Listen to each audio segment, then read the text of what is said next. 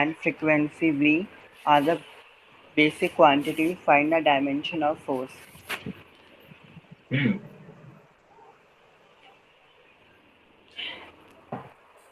ये है क्वेश्चन. बोलिए. क्वेश्चन तुम्हारे पास रिटर्न में हो, शेयर करो.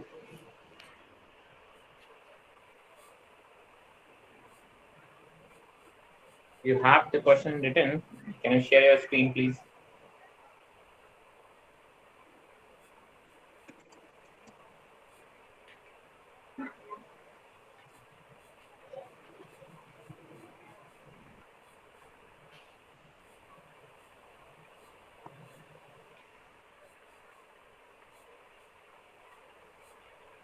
अरे हाँ या ना, कुछ बोल रहे हो, क्या बोल रहे हो?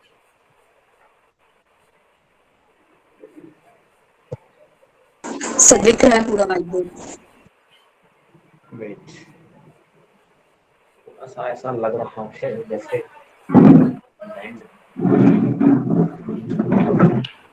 मेरा बोर्ड का एग्जाम कैंसिल हो गया.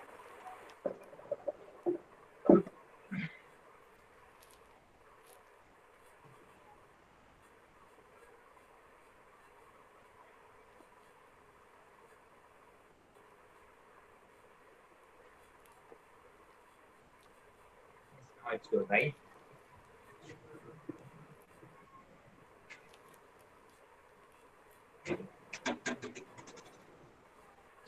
चलिए बताइए. हाँ भाई, डाउट वाला बंदा कहाँ गया भाई? कहाँ गायब हो गया? Ramesh, are you sharing your Ravi screen? Ask your doubt. Sir text कर दिया क्वेश्चन. क्या बोल रहे हो? टेक्स्ट कर दिया क्वेश्चन. अरे बेटा, टेक्स्ट कर दिया. If density, rho, acceleration due to gravity and frequency v are the basic quantities, find the dimension of force. हाँ, दिक्कत क्या बताओ? सर एक ये बार तो हमने सॉल्व इस टाइप करना. क्वेश्चन को लास्ट क्लास में किया था ना.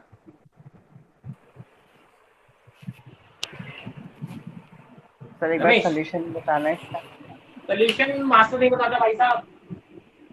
आपको जान के थोड़ा सा आश्चर्यचकित भी हो सकते हैं. ये मास्टर आपको कभी भी सोल्यूशन नहीं बताएगा. ये आपको तरीका बताएगा, तरीका. ठीक है, सोल्यूशन तो आपको करना भाई. मैं ही सोल्यूशन बता दूंगा तो फिर आप क्या सीखोगे? समझ रहे हैं आप?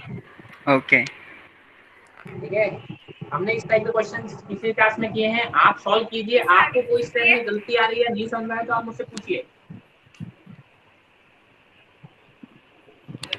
आप किसी स्टेप में डाउट है तो पूछिए, और नहीं तो आप मुझे अपना सॉल्यूशन दिखाइए. मैं आपकी सॉल्यूशन में गलती बता सकता हूँ. सोल्यूशन कैसे शो करें? स्क्रीन प्रेजेंट कर सकते हो आप, नहीं तो आप मुझे पर्सनल पे व्हाट्सएप कर सकते हो.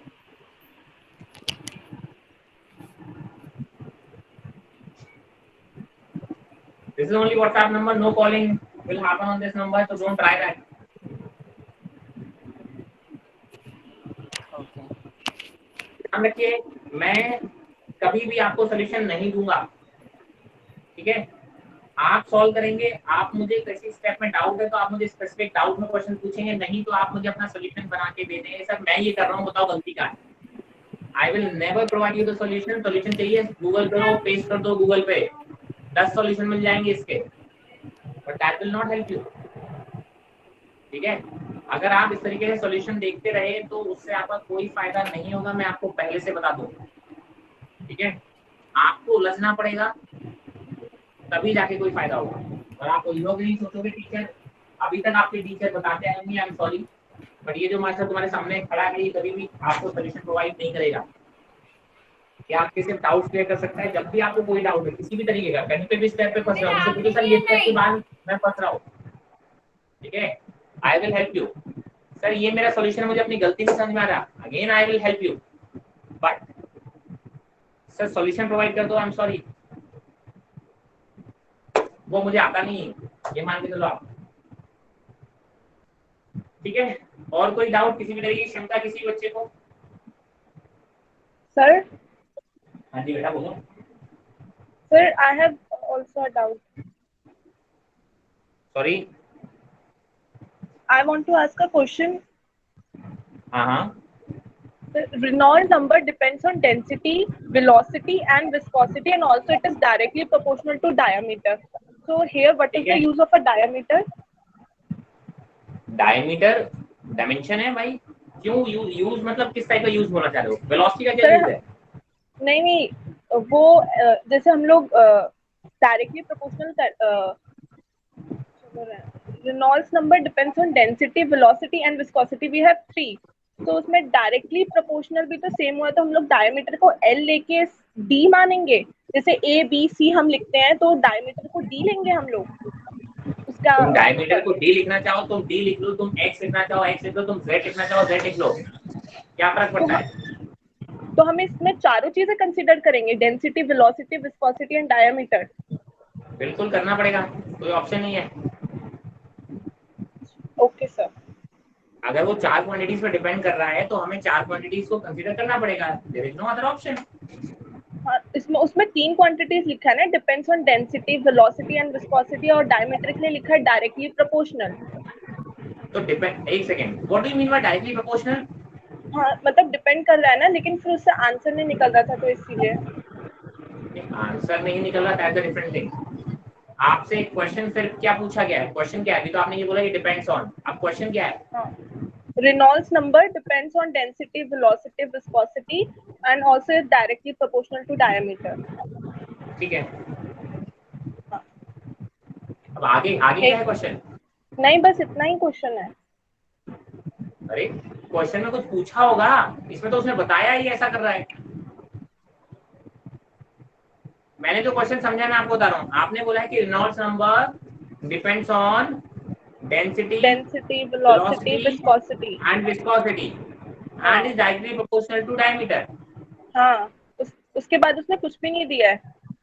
अरे तो मुझसे पूछा क्या है यार? शायद हमें ABC का फॉर्मूला निकालना होगा ना। नहीं, आपसे या तो क्वेश्चन पूछा होगा या चार ऑप्शन पूछा होगा, बताओ इसमें से चार पे कौन सा स्टेटमेंट सही है, ऐसा कुछ होगा।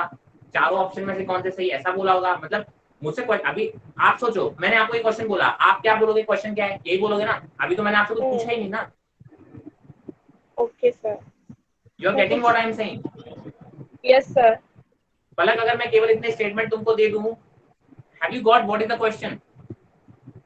Yes sir. सर ठीक आई है, will text to you this यार क्वेश्चन। हाँ बिल्कुल बिल्कुल। डायरेक्टली प्रोपोर्शनल का मतलब समझ रहे हो कि उसने ऑलरेडी ये चीज बता दी है कि जो रेनॉल्ड्स नंबर है वो डी की पावर 1 पे डिपेंड कर रहा है, पहले उसने बता दिया है। ओके ठीक है, बाकी तीन का पता नहीं है, ओके। बाकी तीन का आपको रिलेशन निकालना है। मेरे हिसाब से इसमें चार ऑप्शन दिए होंगे और चारों ऑप्शन में उसने ये रिलेशन दे रखे होंगे, आपको ये बताना होगा इन चारों में से कौन से करेक्ट रिलेशन है। ठीक है, पहली यस सर। चीज, इस क्वेश्चन में आपने नहीं बताया कि डायमीटर डी है कि क्या है, और क्वेश्चन में उसने अगर डी वर्ड यूज किया है, ठीक है, तो क्वेश्चन इज नॉट वेरी कह सकते हो कि स्टैंडर्ड क्वेश्चन, स्टैंडर्ड नहीं है, किसी बुक का क्वेश्चन है ये, जो कि बहुत स्टैंडर्ड बुक नहीं है मेरे हिसाब से। क्वेश्चन पूछने का तरीका मुझे बिल्कुल पसंद नहीं आया इसका। ठीक है, कहाँ से क्या सोर्स है इसका? No, it's written in a copy. So even copy I of don't book? know. हाँ, तो it's My basically school. Class note में किसी ने कराया होगा, उसने पूरी चीजें बोली होंगी और आपने या किसी ने किसी ने भी लिखा है उसने सिर्फ आधी चीजें अपने नोट की होंगी। ठीक है, Okay. ऐसा ही होता है ना। Okay sir. मैं आपको क्वेश्चन बोल रहा होता हूँ पूरा, मैंने यहाँ पे आपको इंपॉर्टेंट चीजें नोट डाउन की, आप क्या करते हो सिर्फ उस इंपॉर्टेंट चीज को नोट डाउन कर लेते हो, आगे पीछे की बातें नहीं नोट डाउन करते हो। एग्जैक्टली वैसा होगा। ठीक है, तो Okay sir. क्वेश्चन में काफी लैंग्वेज और गिवन होती है जो कि आपने या किसी ने जिसके भी नोट्स है उसने वो कॉपी नहीं किया। ठीक है, Okay sir. चलिए जरा, तो उसमें मेंशन किया होगा कि डायमीटर डी है, वेलोसिटी v है, विस्कोसिटी ईटा है एंड डेंसिटी रो है, उसमें मेंशन किया होगा। Okay सिंबल्स का sir. हमेशा मेंशन होता है, नहीं तो स्टैंडर्ड सिंबल्स ऐसा लिखा होता है कि तभी तो आपको पता चलेगा यार ये क्या है, डी क्या है। लोग रो को डेंसिटी बोलेंगे कि डी को डेंसिटी बोलेंगे, दोनों लोग यूज करते हैं। How can I know that this D is density and D is diameter? Okay, Okay sir. चलिए आप अपना सॉल्यूशन भेज सकते हैं, कोई दिक्कत है? I will just see that.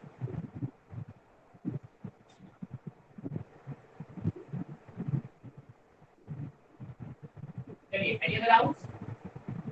और कोई डाउट? शायद मैंने आपको पहली क्लास में ये चीज नहीं बताई, मैं आज बता दिया कि I will never provide you the solutions, ठीक है? You will always get your doubt clear. जो भी आपके डाउट हैं आप वो मुझसे बोलेंगे, मैं आपके वो डाउट क्लियर कर दूंगा। आपका अगर कोई सॉल्यूशन में मिस्टेक हो रहा है, आपको समझ में नहीं आ रहा है, आप वो मुझसे बोलेंगे। बिना सॉल्यूशन के तो मैं डाउट्स लेता ही नहीं हूँ। अगर आप जब भी मेरे पास डाउट पूछने आएंगे, please take your solution with you. जब तक आपके पास सॉल्यूशन ना हो, मेरे से डाउट पूछना बेकार है। मैं सिर्फ और सिर्फ आपकी गलतियां बताऊंगा, और या फिर आप स्पेसिफिक पूछोगे सर इस स्टेप में ये क्यों किया, ये क्यों नहीं किया, या ऐसा क्यों किया, क्योंकि मैं फिजिक्स समझाने के लिए हूँ। मैं यहाँ पे आपको बिल्कुल सॉल्यूशन या आंसर लाना मेरा धर्म नहीं है भाई साहब। मेरा धर्म है फिजिक्स सॉल्व करना, क्वेश्चन सॉल्व करना सीखना। आंसर आएगा तो अपने आप, जब आपको सॉल्यूशन आएगा तो आंसर तो आएगा, आंसर तो कहीं जा ही नहीं सकता, ठीक है? और अगर हम आंसर के चक्कर में पड़ जाते हैं तो क्या होता है, अच्छा इस मेथड से नहीं आया तो इससे कर लो, इससे नहीं आया तो इससे कर लो, हिट एंड ट्राई कर देते हैं। फिर क्या होता है, आप जब पेपर में आएगा तो आपको 3 ऑप्शन 3 बार थोड़ी ना मौका मिलेगा कि इससे ट्राई करो, इससे नहीं आया तो इससे ट्राई कर लो। भाई साहब गलत वाले तरीके से अगर आंसर मैच कर जाएगा तो आप उससे टिक करके आगे बढ़ जाओगे। तो ये हिट एंड ट्राई नहीं चलेगी भाई साहब। ये देखो, कोई भी क्वेश्चन को सॉल्व करते टाइम आप ये देखेंगे सर ये वाला मेथड मैं ट्राई कर रहा हूँ, ये वाली चीज मैं अप्लाई कर रहा हूँ, क्या मैं सही अप्लाई कर रहा हूँ, ये मैं क्यों अप्लाई कर रहा हूँ, क्या इसकी जो प्रीरिक्विजिट कंडीशन है अप्लाई करने की वो उस क्वेश्चन में फुलफिल हो रही है। ये सारे क्वेश्चंस आपको खुद से पूछने हैं every time you solve a question. आप कभी ये नहीं सोचेंगे मेरा आंसर नहीं आया चलो एक बार इससे ट्राई करते हैं। अगर आप ऐसा कर रहे हैं, आई एम सॉरी, वो फिजिक्स के क्वेश्चन को सॉल्व करने का कोई फायदा नहीं, ठीक है? हमेशा आप पहले क्लियर हो कि आप जो ट्राई करने जा रहे हो वो 110% सही है, क्योंकि आप ये आप कंडीशन फुलफिल कर रहे हैं, ओके? अगर उसमें कहीं कोई दिक्कत आ रही है तो आप या तो कैलकुलेशन मिस्टेक कर रहे होगे या कंसेप्चुअली कोई चीज रॉन्ग होगे, तो अब आपको फाइंड आउट करना है कि मैं गलत कहाँ हूँ, rather than looking for the some alternate options. आपको अपनी गलती ढूंढनी है कि यार ये वाले मेथड से क्यों नहीं आ रहा है। जब तक कि मैं क्यों अपने आप को प्रूफ नहीं करूँ तब तक मैं दूसरे मेथड पे नहीं जाऊँ। अदरवाइज क्या होगा, जब आपको चलो दूसरे मेथड से आपका आंसर आ भी गया, you are happy, you got the answer, but in the exam you will always go with the first method और आप अटक जाओगे, you will waste your time, correct? क्योंकि आपकी ह्यूमन टेंडेंसी तो पहले वाले मेथड की है ना। वो तो जब पहले मेथड से आप अटक गए तब आप दूसरे मेथड पे जंप किए। एग्जाम में इतना टाइम नहीं मिलेगा कि पहले इस मेथड से ट्राई करो, नहीं आ रहा तो दूसरे मेथड से ट्राई करो। और यही तो बोलते हैं सर स्पीड नहीं है और सर टाइम नहीं होता, तो इस वजह से नहीं होता है। चलिए देन, सो कहाँ तक बातें हो गई थी, कोई मुझे बताएगा लास्ट थिंग हमने क्या की थी?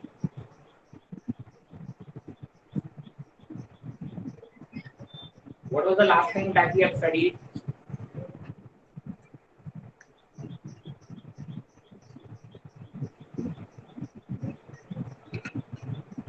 अरे भाई कोई है क्लास में? So we have done 2 applications of dimensions. एक तो यूनिट कन्वर्जन वाली और दूसरी सर जो उसको फंडामेंटल कंसीडर करके जो है निकालना दूसरे का। भी फर्स्ट एप्लीकेशन का यार, वो भी फर्स्ट एप्लीकेशन ही है, सेकंड एप्लीकेशन में पढ़नी है सब। चलिए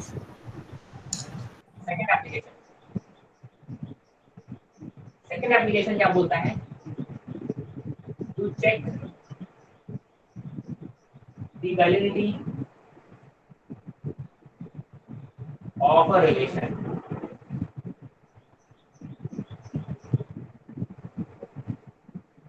कोई भी फिजिक्स का रिलेशन आपको गिवन है, आपको ये चेक करना है कि क्या ये रिलेशन सही है या गलत है। तो देखिए दो चीज हो सकती है, कोई भी फिजिक्स का एक करेक्ट रिलेशन है, that has to be, that must be dimensionally correct. Very my point कि सर अगर ये फिजिक्स का एक वैलिड रिलेशन है, ठीक है, तो आप बोलोगे कि सर इसको अपनी लैंग्वेज में चाहो तो लिख लो, a valid physics relation must be dimensionally correct, ठीक है? Any valid physics relation must be, must को हाईलाइट कर लेना, must be dimensionally correct. Physics का कोई भी रिलेशन उठा के देख लो, आप बोलोगे सर वो डायमेंशनली गलत कभी नहीं हो सकता। डायमेंशनली गलत नहीं होने का मतलब क्या है कि सर इट मींस कि वो प्रिंसिपल ऑफ होमोजेनिटी फॉलो कर रहा होगा, ठीक है? तो आप बोलोगे फॉर एग्जांपल, मैंने कहा एक छोटा सा एग्जांपल लेते हैं, s is equal to ut plus half vt square. बचपन में पढ़ा हुआ है, काफी टाइम हमने ये क्वेश्चन का क्वेश्चन में यूज किया है। हमने कहा ये एक फिजिक्स का करेक्ट रिलेशन है, ये तो मुझे मालूम है, तो ये डायमेंशनली भी करेक्ट होना चाहिए। मैंने कहा चेक कर लो, कैसे चेक करते हैं? मैंने कहा सर प्रिंसिपल ऑफ होमोजेनिटी ये बोलता है कि सर इधर वाले की डायमेंशन इक्वल के एक साइड की dimension should be equal to the dimension on the other side. आप बोलते हो ये डिस्प्लेसमेंट है, डिस्प्लेसमेंट का अगर मैं डायमेंशन की बात करूं मतलब लेंथ है। लेंथ मतलब अगर डायमेंशन ही लिखूंगा तो मैं क्या लिखूंगा सर, m0 l की पावर 1 और t की पावर 0, यही होगी डिस्प्लेसमेंट, है ना? मैं बहुत अच्छी बात। आपने बोला जरा ut की डायमेंशन देखो कितनी होगी। अब मुझे ये भी पता है कि ये ut और हाफ at² ये दोनों आपस में ऐड हो रहे हैं, तो इसका मतलब इन दोनों की डायमेंशन भी बराबर होनी चाहिए। और कोई चीज जब ऐड होती है तो उसका जो रिजल्ट आता है उसकी डायमेंशन भी ऐड होने वाले की डायमेंशन के बराबर होती है। 2 orange plus 3 orange will give you 5 oranges, correct? तो जो ऐड हो रहे थे वो भी ऑरेंजेस हैं और ऐड होने के बाद जो रिजल्ट आ रहा है वो भी ऑरेंजेस है, ठीक है? तो आप क्या बोलोगे सर, इसकी और इसकी डायमेंशन भी सेम होनी चाहिए और ऐड होके जो रिजल्ट आ रहा है उसकी डायमेंशन भी सेम होनी चाहिए। तो आप बोलोगे ऐड होके जो रिजल्ट आ रहा है वो s है, तो s की डायमेंशन ut की डायमेंशन के बराबर होनी चाहिए, s की डायमेंशन हाफ at² की डायमेंशन के बराबर होनी चाहिए। मैंने कहा देखो ut क्या है, u यहाँ पर होता है इनिशियल वेलोसिटी। u क्या होता है यहाँ पे, initial velocity and t is time. मैंने कहा सर वेलोसिटी की डायमेंशन होती है m0 l की पावर 1 t की पावर -1। किसी को कहीं पे भी कोई भी डाउट हो उसी स्टेप पे टोक देना। मैंने कहा सर अगर मैं टाइम की डायमेंशन की बात करूं तो वो भी t की पावर 1, इसको मल्टीप्लाई करके सॉल्व करोगे तो बेसिकली कितना आ गया, m0 l की पावर 1 t की पावर 0, ठीक है? इसको सॉल्व करोगे तो ये आ जाएगा। मैंने कहा हाफ at² की डायमेंशन देखो कितनी होगी। नंबर होता है जो नंबर, नंबर तो यूनिट थोड़ी ना है, तो यूनिट नहीं है तो उसकी डायमेंशन भी नहीं होगी, ठीक है? नंबर क्या है, नंबर। आप बोलोगे नंबर कोई क्वांटिटी थोड़ी ना है। आप बोलोगे अगर नंबर क्वांटिटी नहीं है इसका मतलब क्या है कि सर उसकी कोई डायमेंशन नहीं होगी, उसको हम बोलते हैं डायमेंशनलेस, मतलब हम उसको m0 l0 t0 बोल देते हैं, उसको हम बोलते हैं डायमेंशनलेस, ठीक है? सो आप बोलोगे डायमेंशन हाफ की डायमेंशन से तो मुझे मतलब ही नहीं है, इसको हटा दो। एक्सेलरेशन इनटू t² की डायमेंशन से मुझे मतलब है, ठीक है? Okay, Kadol, if the screen is coming blurred to you, please either rejoin or check your network.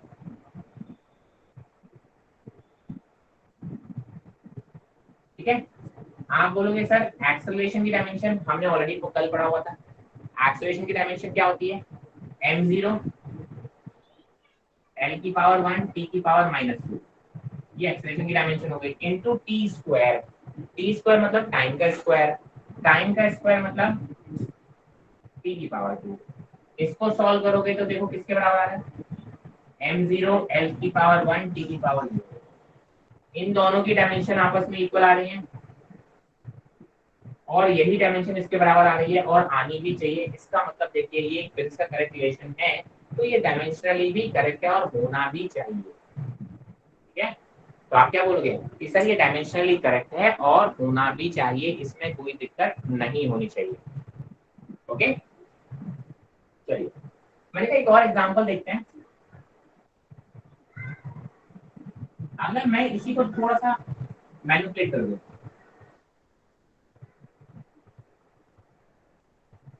मुझे अभी बताओ ये क्या करेक्ट है फिजिक्स का रिलेशन की गलत है? सर सही है, सर सही है, सही रिलेशन है, सही है। करेक्ट है। मैथमेटिकल गौर से देखो बेटा, सही है। गलत है बेटा, कैसे सही है? सर इसकी डायमेंशन नहीं होती ना कोई 7/2 डायमेंशन तो हम न्यूमेरिकल वैल्यू को नहीं लेते हैं ना। मैंने डायमेंशनली करेक्ट पूछा क्या? मैंने बोला क्या ये फिजिक्स का एक करेक्ट रिलेशन है? आप बोलोगे नहीं सर ये s इक्वल टू ut। अगर ये सही होता तो इक्वेशन ऑफ मोशन में ये लगाओगे क्या?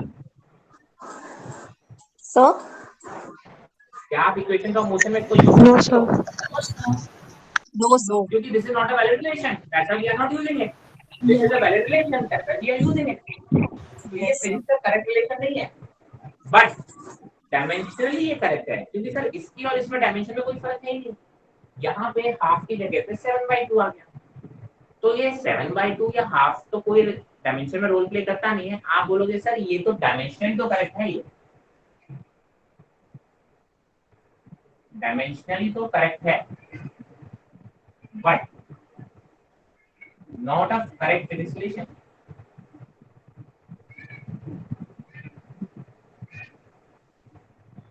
What does it mean? It means that sir, every correct physics relation must be dimensionally correct. But every dimensionally correct relation may not be a valid physics relation. मैंने कहा अगर physics का correct relation है तो dimensionally तो must है कि वो करेक्ट होगा, बट अगर कोई डायमेंशनली रिलेशन करेक्ट है तो इसकी ये कोई गारंटी नहीं कि वो फिजिक्स का भी करेक्ट रिलेशन हो। वो फिजिक्स का करेक्ट रिलेशन हो भी सकता है और नहीं भी हो सकता। Getting my point? What I want to say that? ठीक है, तो इस चीज को अच्छे समझ लेना, ये दो बहुत ही डिफरेंट स्टेटमेंट हैं। कुछ लोग क्या बोल देते हैं, correct physics relation must be dimensionally correct, और अगर डायमेंशनली करेक्ट है तो फिजिक्स का भी करेक्ट रिलेशन हो गया। ऐसा कोई गारंटी नहीं है। I hope this is very clear. Any doubt in this? Yes, sir. Take the screenshot and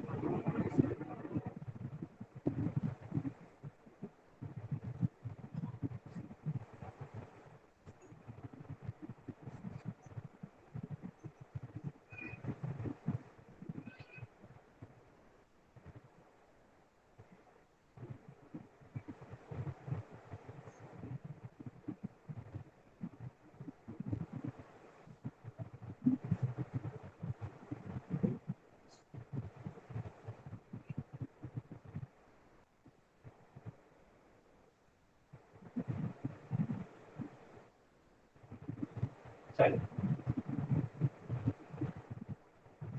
So the thing is, मैंने कहा ये आपकी थी second application, now the third application.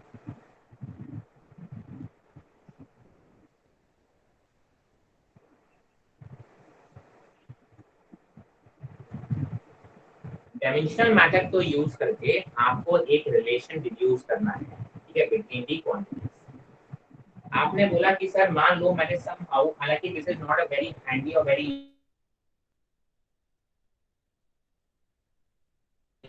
Full, let me rejoin, I guess the screen is not very clear. Is it clear?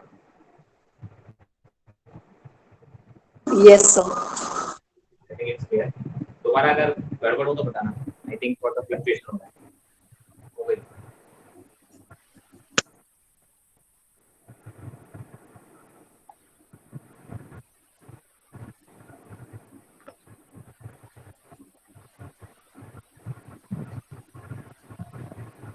बस rejoin है।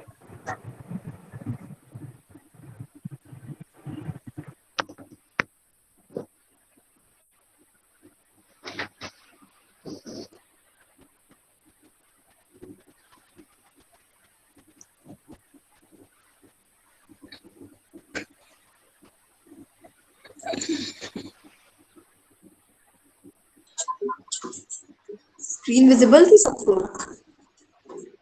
हाँ No. Yes, please.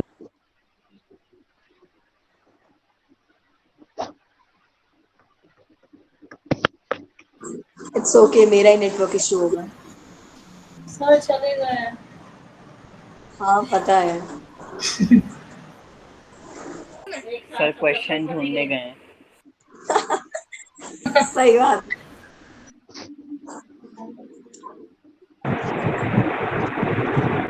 चलिए, मैंने कहा सर कि यहाँ पे अब अभी सबको क्लियर आ रहा है?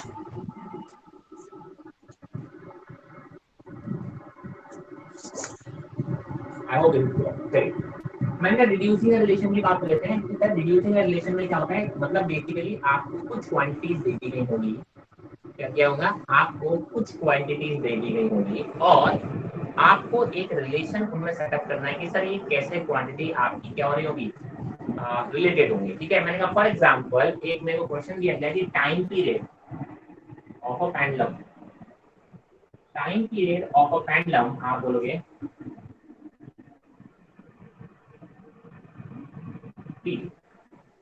ये बोला ये that depends on mass m, acceleration due to gravity g, and मान लो लेंथ, ये मेरे को गिवन है। इसमें पहले समहाउ आपको एक दिया गया है कि sir time period of a simple pendulum depends on the mass of the pendulum, acceleration due to gravity g, and length l. Now we have to find the relation between time and all these quantities. ठीक है, एक relation निकालना है, कैसे निकालना है? मैंने कहा by using the dimensional analysis only. मैंने कहा सर एक चीज तो श्योर है कि अगर हम बोलेंगे टाइम जो है वो प्रोपोर्शनल होगा मास की कुछ पावर पे, g की कुछ पावर पे और l की कुछ पावर पे, ऐसे तो बोलोगे आप। If there is some relation between time period and all these quantities, आप क्या बोलोगे? ये सर आपस में रिलेटेड होगा। अब वो यही तो पावर को फाइंड आउट करनी है कि पावर किन किन पावर से रिलेटेड है। मैंने कहा प्रोपोर्शन की साइन को डालते हैं, हमने कहा मान लो यहाँ पे एक कांस्टेंट आएगा तो आप बोलोगे this is equal to m into a g की पावर p l की पावर c है। मैंने कहा अगर ये रिलेशन करेक्ट है तो आपको एक चीज बताई कि जो dimension of time should be equal to dimension either m small m की पावर क्या है a g की पावर b and l की पावर c। ठीक है, आप बोलोगे इनकी इंडिविजुअल डायमेंशन लेके मास की डायमेंशन क्या होती है m की पावर 1 g यहाँ पे एक्सेलरेशन है, एक्सेलरेशन क्या होता है मीटर पर सेकंड स्क्वायर, मतलब ये a है और आप बोलोगे l - 2 की पावर b। ठीक है, नाउ आप बोलोगे सर लेंथ तो होता है l की पावर 1 और 4 पावर c, ऐसे तो लिखोगे। ठीक है, क्या दिक्कत हुआ? कोई दिक्कत आ रही है? It should not be. Wait. मुझे बताएंगे किसी को क्लियर आ रही है? जरा मुझे चैट बॉक्स में बोलेंगे। So clear है। बेटा 2-3 लोगों को अगर क्लियर नहीं आ रही है, ठीक है, तो आई विल सजेस्ट कि आप लोग के एंड पे इशू है, नेटवर्क है। मेरे एंड से अगर क्लियर नहीं आएगी तो सबको नहीं आएगी और वो मुझे पता चल जाता है, मैं आपको बता रहा हूँ। So it should be clear at your and. अगर नहीं है तो कहीं ना कहीं आप लोग के ठीक है, आप लोग के कहीं ना कहीं नेटवर्क का इशू होगा, तो थोड़ा सा नेटवर्क अपना चेक करें या फिर रिजॉइन करें। बस दो ही ऑप्शन बचते हैं हमारे पास। हम हमेशा बेस्ट नेटवर्क में बैठना हमेशा है। मैंने कहा ये तो हो गई इस साइड की dimensions, that should be equal to dimensions of this side.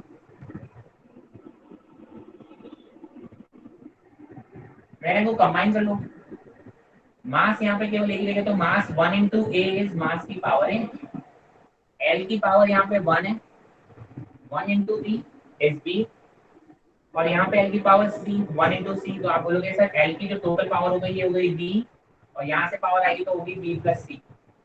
कोई दिक्कत? बताते हैं ना कहीं कोई दिक्कत हो। और t की पावर क्या हो जाएगा -2b। ये आ गया आपका राइट हैंड साइड का और ये आ गया लेफ्ट हैंड साइड का। आपने बोला कि सर अगर ये दोनों क्वांटिटी सेम है तो इनकी रिस्पेक्टिव पावर भी सेम होगी। तो देखो a की पावर यहाँ a है और यहाँ सॉरी m की पावर a है और यहाँ पे m की पावर 0 है। तो आप बोलोगे सर a की वैल्यू तो आ गई 0, l की पावर यहाँ b plus c आ रहा है और यहाँ पे पावर 0, तो आप बोलोगे b plus c is 0। That means b is equal to minus of c। यहाँ पे सर ये -2b है t की पावर और यहाँ पे 1 है, तो इसकी समझ में आ गया कि जो -2b है वो हो जाएगा 1, मतलब b की वैल्यू आ गई -1/2। और अगर b -1/2 हो गया तो c कितना हो जाएगा? तो c की वैल्यू हो गई -b मतलब +1/2। क्लियर है? तो मेरे पास a आ गया, b आ गया, c आ गया, राइट। तो आप बोलोगे तो टाइम पीरियड उसका b is equal to k times of m की पावर a मतलब 0। तो मैं उसको लिखूं या नहीं लिखूं कोई फर्क नहीं पड़ता, m की पावर 0 is 1। मैंने कहा सर g की पावर b मतलब कितना हो गया माइनस g की पावर -1/2 और l की पावर 1/2, तो ये हो गया l की पावर 1/2। तो t is equal to ये कांस्टेंट हम एक्सपेरिमेंटली निकालते हैं, डायमेंशन एनालिसिस हम कभी कांस्टेंट की वैल्यू नहीं निकाल सकते, तो इसलिए हमने कहा एक्सपेरिमेंटली निकाली तो k की वैल्यू कुछ आ गई है। l की पावर 1/2 को हम बोलते हैं √l और अगर g की पावर -1/2 को बोले तो 1/√g। तो इसको ऐसे लिख देते हैं। और आपने ये वाला फॉर्मूला तो पढ़ा, ये वाला फॉर्मूला तो बड़ा है, इसमें तो कोई दो है होनी नहीं चाहिए। क्या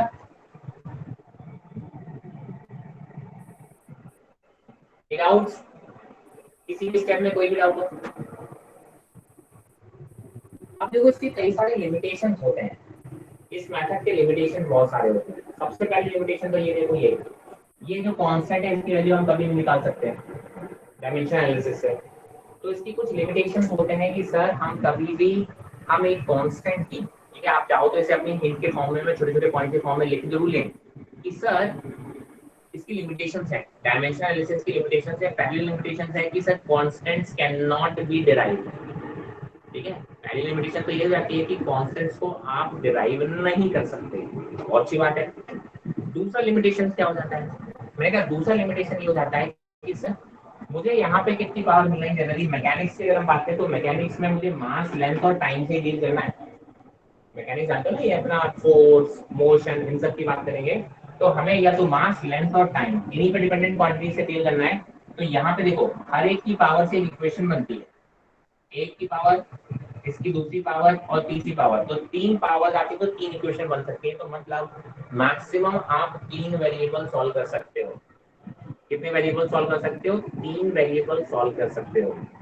तो 3 वेरिएबल जब आप सॉल्व कर सकते हो तो आप बोलते हो अगर मेरी कोई क्वांटिटी 3 से ज्यादा क्वांटिटीज पे डिपेंड कर रही होगी, मैं उसको डायमेंशन एनालिसिस से डिराइव नहीं कर पाऊंगा। वैलिडिटी चेक में कोई दिक्कत नहीं आती है। वैलिडिटी चेक में आप 4 क्वांटिटी ले लो, 5 क्वांटिटी ले लो, 6 क्वांटिटी ले लो, आप बिल्कुल भी बता नहीं सकते।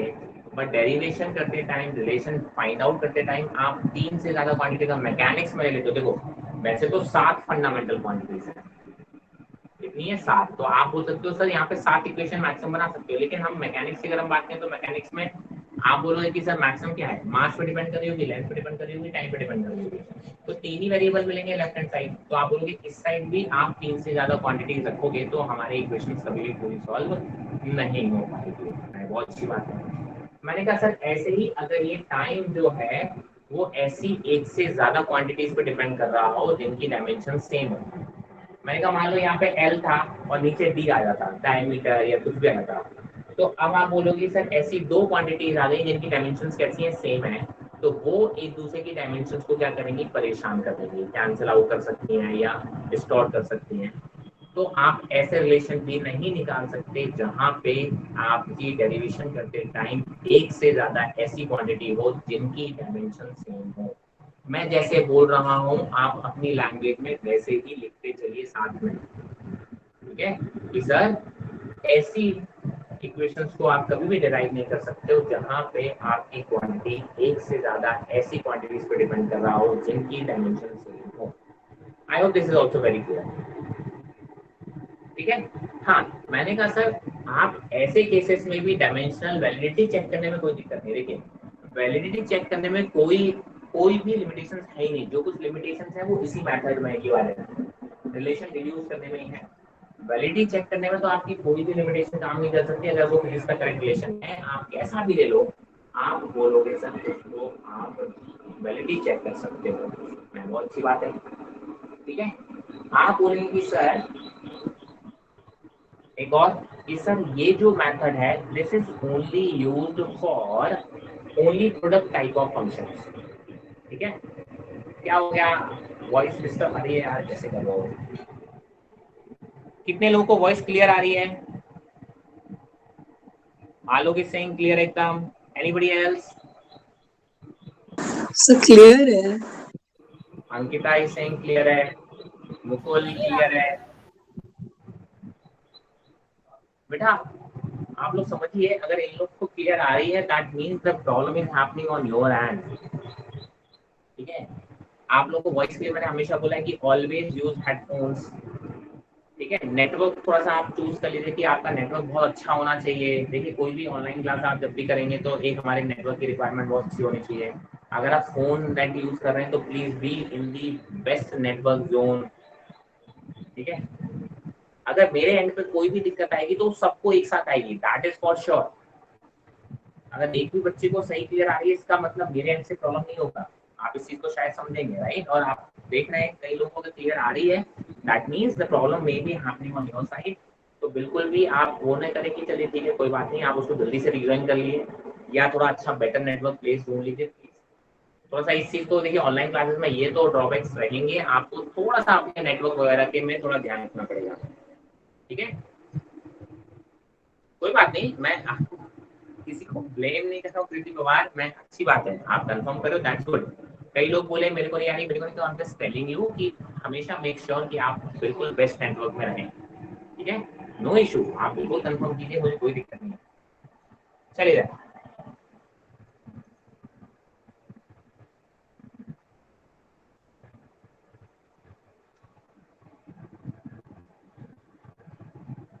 चलिए आगे बढ़ते हैं। What is happening,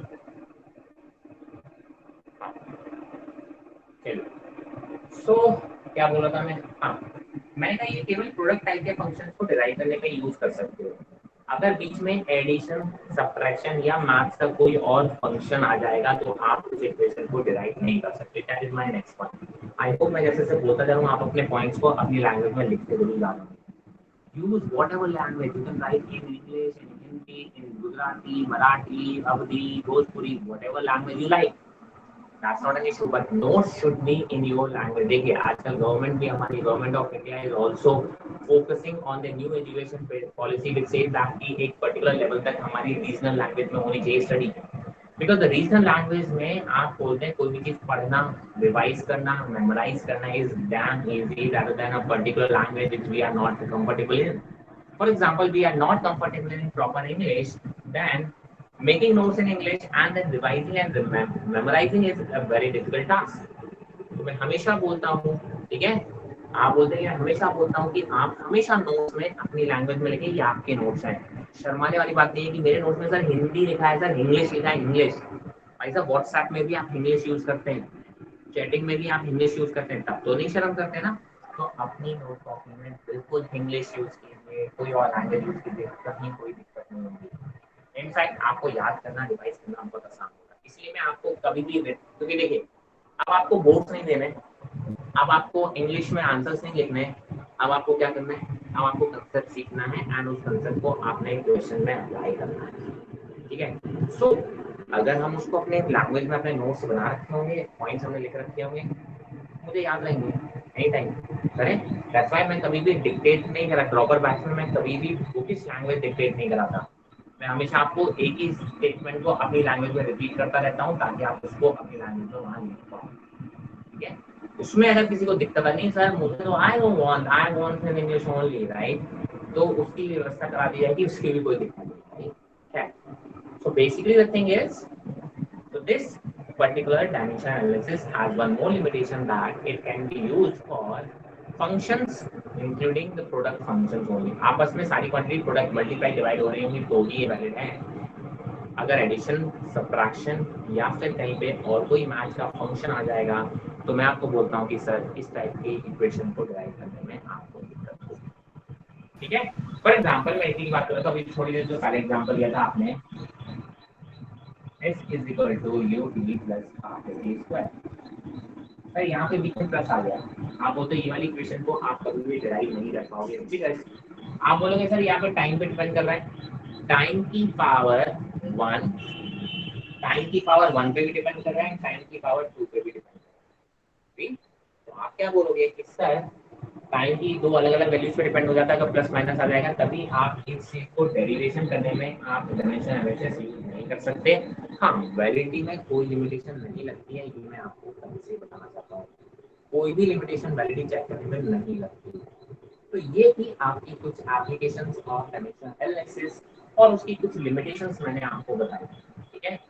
any doubt in all this you can ask right now और एक बार लास्ट वाली एप्लीकेशन बता दीजिए। क्या हुआ बेटा? लास्ट वाली एप्लीकेशन फिर से रिपीट कर दीजिए। लास्ट वाला एप्लीकेशन और यू आर टेकिंग लास्ट वाला जो आपका लिमिटेशन राइट। तो limitation is only used for this kind of function जहां पे क्वांटिटी या तो प्रोडक्ट में है या डिवीजन में। अगर कुछ क्वांटिटीज के पीछे प्लस माइनस या कोई और फंक्शन मैथ का जैसे साइन, कॉस, लॉग, e की पावर x ऐसे फंक्शंस आ जाएंगे तो हम ऐसे फंक्शंस वाले रिलेशंस को भी डिराइव नहीं कर सकते हैं, ठीक है, ओके सर। ओके देन चलिए, तो लेट्स मूव अहेड। इसमें एक दो छोटी छोटी चीजें बची हैं वो और कवर करते हैं एंड डायमेंशन वाला पोर्शन अपना कवर हो जाएगा।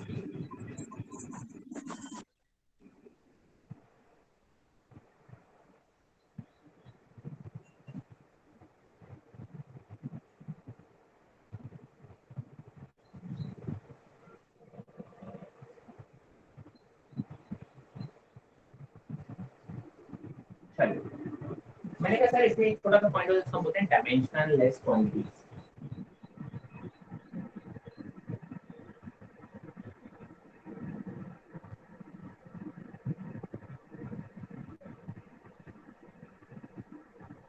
कौन कौन सी क्वांटिटी डायमेंशन लेस हो सकती है?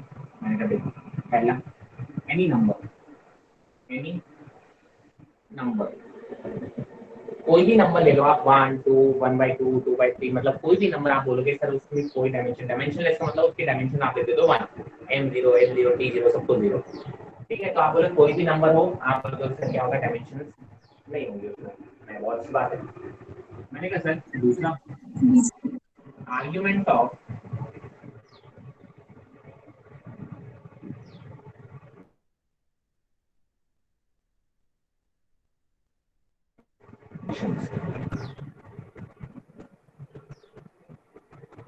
क्लियर हो गया?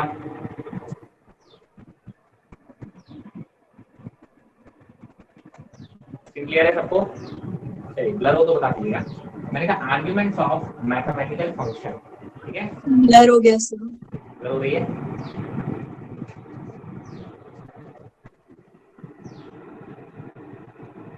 यस सर, आवाज धीरे आ रही है।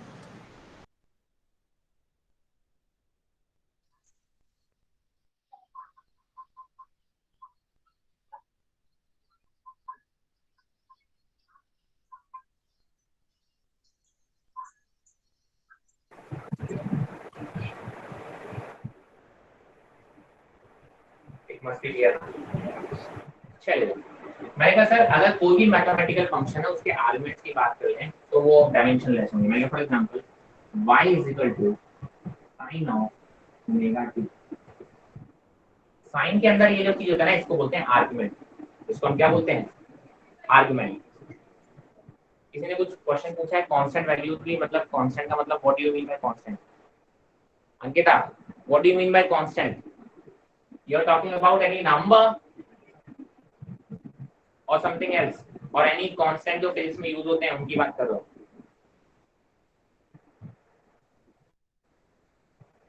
बेटा मेरी बात सुनिए, any constant value, you are saying that value मतलब नंबर होगा ना, और you are saying that some constant जो फिजिक्स में कांस्टेंट होते हैं, जैसे प्लैंक्स कांस्टेंट होता है, ग्रेविटेशनल कांस्टेंट होता है, आप उसकी बात कर रहे हो?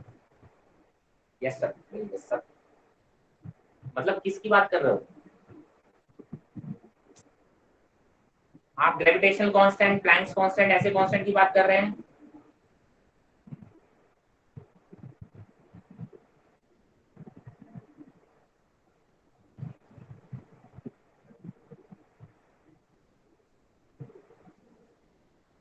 Ankita, can you speak?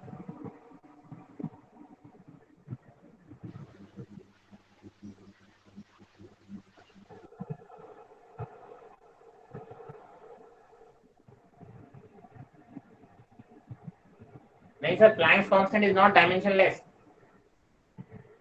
Planks constant has dimensions, gravitational constant has dimension. मैंने कांस्टेंट बोला हर refractive index sorry, dimensionless quantity. Refractive index, refractive index is a quantity, it's not a constant, it's a quantity. ठीक है, वो constant नहीं है, वो quantity है। यस डायमेंशनलेस ठीक है, क्वांटिटी। तो आप बोलोगे कि सर मैंने यहाँ नंबर बोला इसलिए मैं कोई भी कांस्टेंट नहीं बोलता। कुछ कांस्टेंट फिजिक्स में यूज होते हैं, वो डायमेंशन वाले भी होते हैं, कुछ डायमेंशनलेस भी होते हैं। ठीक है, जो फिजिक्स के कांस्टेंट की आप बात कर रहे हो, जैसे planks constant is a dimension वाला कांस्टेंट।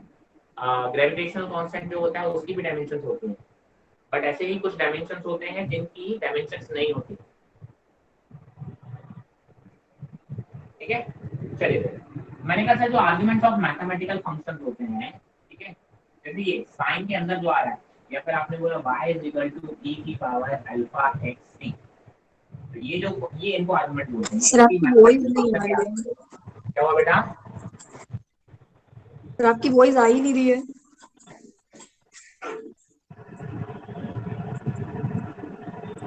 किसी को भी नहीं आ रही मेरी वॉइस? आ रही है, आ रही है। शिवानी सब आ रही है। है ना? चलिए, हाँ मैंने कहा ये जो आर्गुमेंट्स है इनको हम क्या बोलते हैं? आर्गुमेंट्स। सर ये डायमेंशनलेस होंगे। Omega t, alpha x t या y is equal to log of कुछ भी तो ax, ये भी डायमेंशनलेस होगा। तो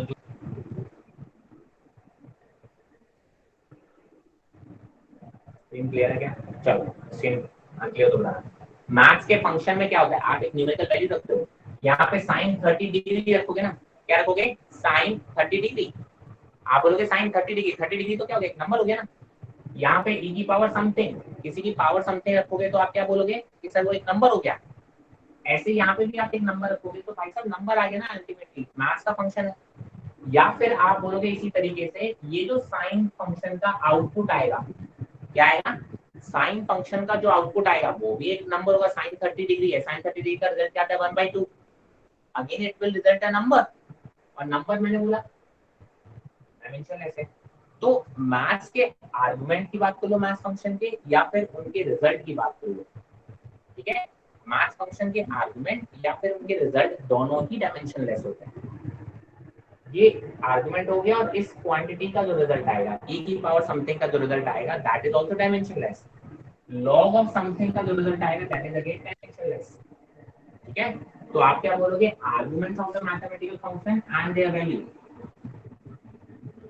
ये दोनों ही कैसे होंगे? डायमेंशनलेस होंगे। कैसे होंगे? डायमेंशनलेस होंगे।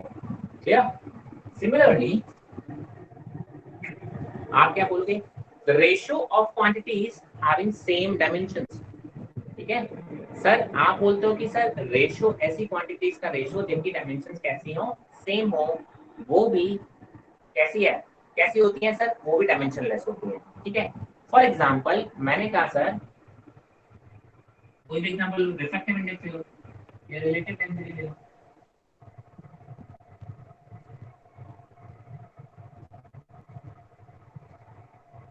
क्या ले लो? Relative density. रिलेटिव डेंसिटी क्या होता है? Density of substance upon density of water, है ना? तो आप क्या बोलोगे? सर ये दोनों ही सेम क्वांटिटीज के रेशियो हैं, तो एक दूसरे की डायमेंशन को क्या कर देंगे? कैंसिल आउट कर देंगे। और अगर ये कैंसिल आउट कर देंगे, ठीक है, तो आप क्या बोलोगे? रो गेसिंग, यस, वेट।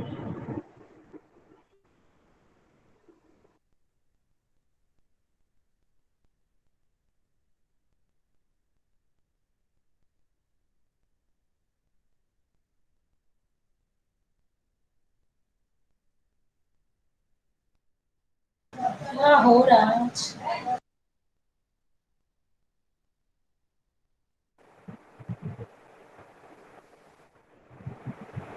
चलिए, now it should be clear.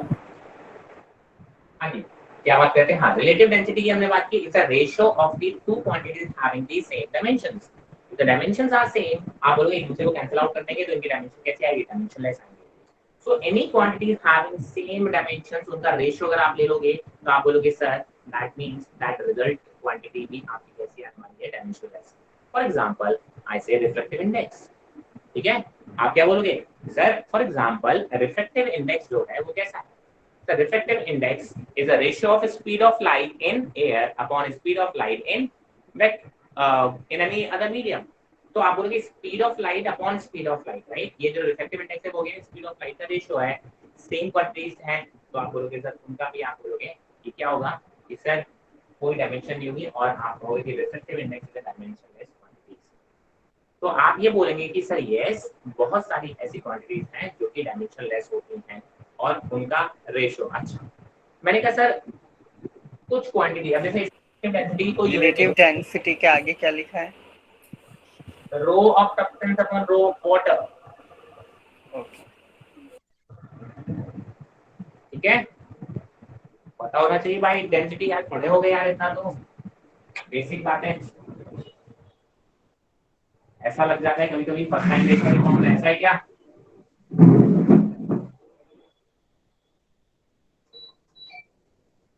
चलिए, मैं क्या बोल रहा था, क्या क्वेश्चन क्या बोल रहा था, हाँ मैं रिलेटिव डेंसिटी की जो आपकी यूनिट है वो यूनिट नहीं है, ठीक है। ऐसे ही आप बोलोगे काफी डायमेंशनलेस क्वांटिटीज होती है जिनकी कोई यूनिट भी नहीं होती, बट ऐसी कुछ क्वांटिटीज भी होती है जिनकी डायमेंशन नहीं होती है बट फिर भी यूनिट होती है। तो आप एक स्टेटमेंट लिख लो, काफी बार उससे क्वेश्चन में पूछा जाता है कि sir every dimensionless quantity, sorry, every unitless quantity must be dimensionless. अगर किसी क्वांटिटी की यूनिट नहीं है दैट मीन्स उसकी डायमेंशन भी नहीं होगी, तो every unitless quantity must be dimensionless.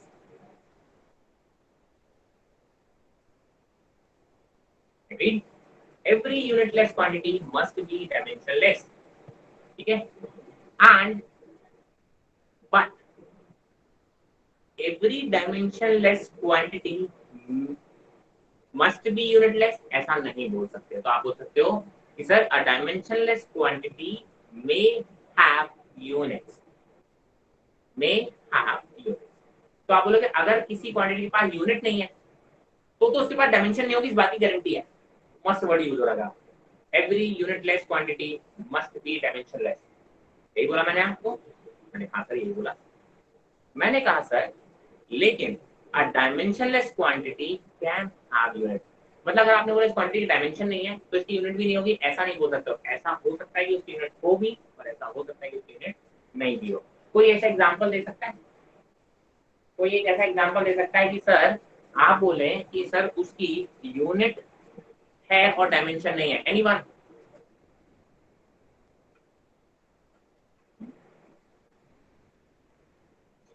Anyone can give the answer? Sir, radians. Very good. Plane angle and solid angle, जो हमने एक लेक्चर या कल ही पढ़ा होगा, आई गेस कल या परसों, जो भी आप लेक्चर में। Plane angle is a ratio of length upon length, so no dimensions, but it has a unit that is called radian. मैंने कहा solid angle is the ratio of L square upon L square, so it is not having any dimension, मतलब it's dimensionless, but it is having a unit, ठीक है। तो ये statement पे कई बार question पूछा जाता है। तो ये थी बातें डायमेंशंस की, इसमें पूरे डायमेंशन कहीं कोई डाउट है तो आप पूछ सकते हैं। Else you can take the screenshot. Any doubt?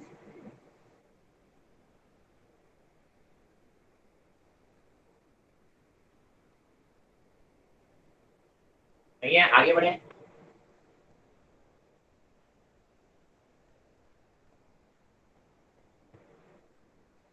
आगे बढ़ गए? Yes sir, yes sir. Okay okay,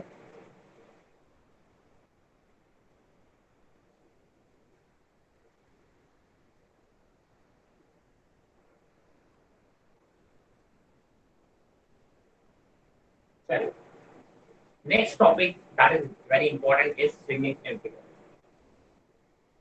इसी चैप्टर का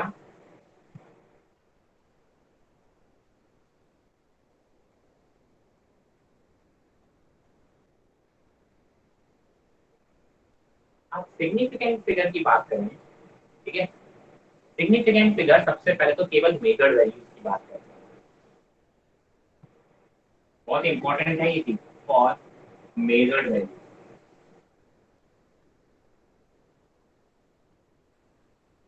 सिग्निफिकेंट फिगर्स की हम बात करेंगे तो मेजर्ड वैल्यू में ही बात करेंगे, ठीक है। अब सिग्निफिकेंट फिगर्स के कुछ रूल्स होते हैं, आपने केमिस्ट्री में पढ़े होंगे, पढ़े या नहीं?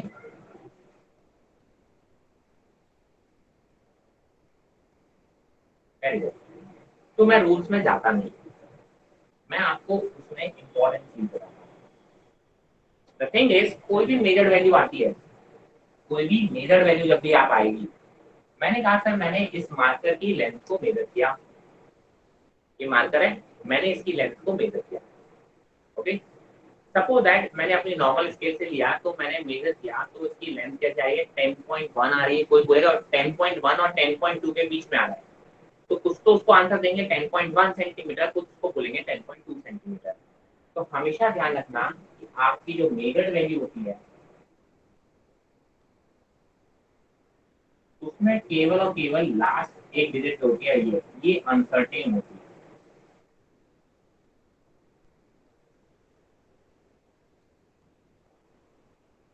अनसर्टेन का मतलब क्या है, उसके बारे में हम श्योरिटी के साथ नहीं बोल पाते। हम नहीं बोल पाते कि वो 10.1 है या 10.2 है। कुछ लोग उसे बोलेंगे 10.1, कुछ लोग उसे बोलेंगे 10.2, कुछ लोग तो बहुत होशियार होते हैं, उसे क्या बोल देंगे 10.15। अंदाजा मार देंगे। भाई साहब ये तो बहुत बड़ा गलत पाप है, ये घोर पाप है, ऐसा काम ना करें। हम मेजर करने जा रहे हैं, हम अंदाजा मारने नहीं जा रहे हैं। अंदाजा मारना तो मैं स्केल की यूज करता वैसे ही मार देता अंदाजा। ठीक है, छोटा अंदाजा होता है, बड़ा अंदाजा नर अंदाजा होता है। हम गैस नहीं करते, हम हमेशा मेजर करते हैं। ठीक है, ये तो हमारी स्केल ही अलाउ नहीं कर रही है, तो हम इसको तो मेजर कर नहीं सकते। तो अनसर्टेन तो हमेशा ध्यान रखना, हमारी मेजर वैल्यू में क्या होता है, कुछ सर्टेन डिजिट्स होती हैं और मैक्सिमम टू मैक्सिमम एक अनसर्टेन डिजिट होती है। मतलब बहुत ज्यादा फ्लक्चुएशन होगा तो उस लास्ट डिजिट में फ्लक्चुएशन हो सकता है। ठीक है, तो आप बोलते हो कि व्हाट इज सिग्निफिकेंट फिगर्स, आप बोलोगे सर अनसर्टेन और सर्टेन डिजिट्स जो उनका जो टोटल काउंट होता है मेजर वैल्यू में, that is basically number of significant figures. एक अनसर्टेन और बाकी सारी सर्टेन, एक सर्टेन और बाकी सारी अनसर्टेन, जितनी भी नंबर ऑफ डिजिट्स हैं उनको हम बोलते हैं सिग्निफिकेंट फिगर। अब सिग्निफिकेंट फिगर के मैं एक रूल हमेशा बताऊंगा, मैं फिजिक्स में केवल एक रूल फॉलो करने का बोलते हैं और वो है साइंटिफिक नोटेशन। केमिस्ट्री में आप चाहे जितने रूल्स पढ़ लो,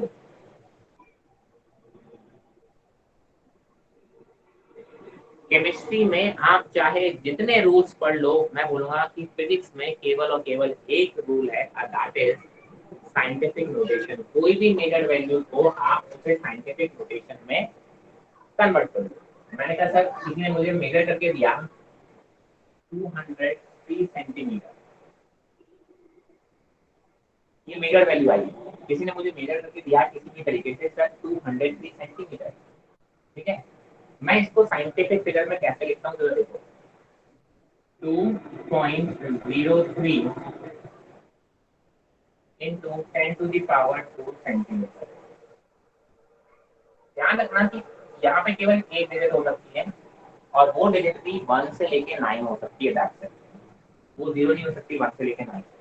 डेसिमल से पहले केवल 1 से लेके 9 कोई वैल्यू हो सकती है और बाकी वैल्यूज एज बाद में रखी होती है डेसिमल के बाद। और इनटू 10 की पावर समथिंग, ये होता है साइंटिफिक नोटेशन लिखने का तरीका। अब आप बोलोगे कि सर इससे फायदा क्या हुआ, जरा देखो। फायदा ये हुआ कि सर मान लो 2 0 कर देते हैं, ऐसा कर देते हैं, थोड़ा सा मैं और इसको। फायदा क्या हुआ, अगर आप रूल्स पढ़ोगे ना, आपने रूल्स पढ़ रहे साइंटिफिक वो सॉरी आपने केमिस्ट्री वाले रूल्स, तो आप इसमें नंबर ऑफ सिग्निफिकेंट फिगर 1 बोलोगे। कितना बोलोगे, 1। अगर मैं इसी को मीटर में कन्वर्ट कर दूं तो आप ऐसे तो लिखोगे 2.00 मीटर। बताते जाना जहां पे भी आपको डाउट हो। इसमें सिग्निफिकेंट फिगर्स आप 1 बोलोगे, इस रिजल्ट में अगर रूल्स लगाओगे तो शायद आप इसमें 3 बोलोगे। इसमें रूल्स पढ़े होंगे केमिस्ट्री वाले, उसके अकॉर्डिंग आपको पता होगा कि हाँ सर आप ऐसा बोल सकते हो। मैं कहता हूँ कि सर यूनिट कन्वर्जन होने से मेरी साइंटिफिक नंबर्स में या साइंटिफिक डिजिट्स में कोई चेंज नहीं आना चाहिए। सिर्फ यूनिट जो कन्वर्ट किया, मेजर तो मैंने लिखी थी ना, ये मेरी मेजर वैल्यू थी और मैं उसको सेंटीमीटर में रिप्रेजेंट करूँ, मीटर में रिप्रेजेंट करूँ, किलोमीटर में रिप्रेजेंट करूँ, मिलीमीटर में रिप्रेजेंट करूँ, मेरी सर्टेन और अनसर्टेन डिजिट्स थोड़ा चेंज हो जाएंगी। मेरी एक डिजिट अनसर्टेन रहेगी, वही अनसर्टेन रहेगी, बाकी सारी तो सर्टेन है ना। तो आप बोलोगे सबसे अच्छा तरीका क्या है, आप उसको किस में कन्वर्ट करो, साइंटिफिक नोटेशन। मैंने कहा सर सेंटीमीटर में लिखा तो ये, अगर मैं इसको मीटर में लिखूंगा तो ये होगा, मैं इसको किलोमीटर में लिखूंगा तो ये होगा।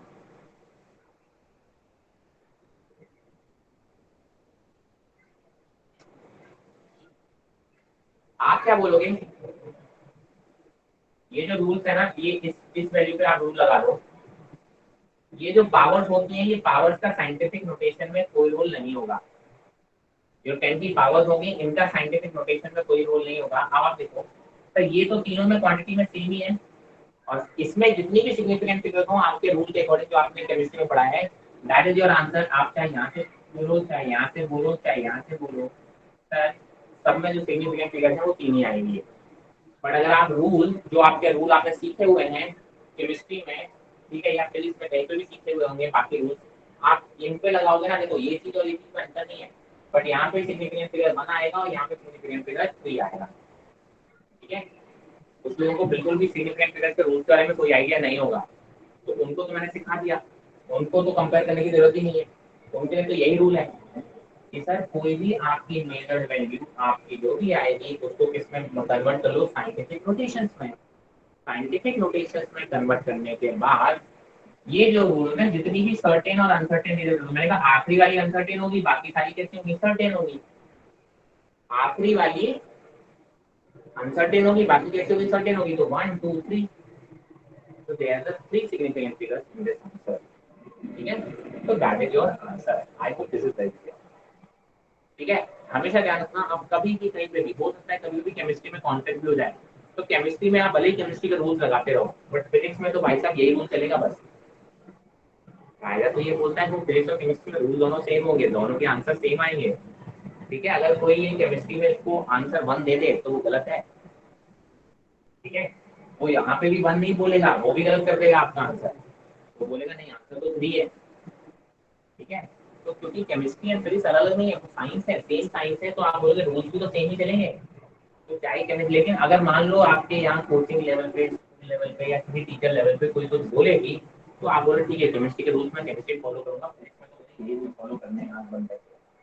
ठीक है, मेरा किसी से कोई कॉन्फ्लिक्ट नहीं है, बट मेरे को फिजिक्स में तो आंसर ऐसे देना है, और मैं तो केमिस्ट्री में भी आप आंसर दोगे कभी भी कोई गलत नहीं कर सकता, इस बात की गारंटी मेरी है। कई बुक्सों में भी गलत लिखा होता है, कई बुक्स होती है उनमें भी गलत लिखा होता है। ठीक है, यहाँ कंफ्यूज हो जाएंगे वो वाले बुक्स में, राइट।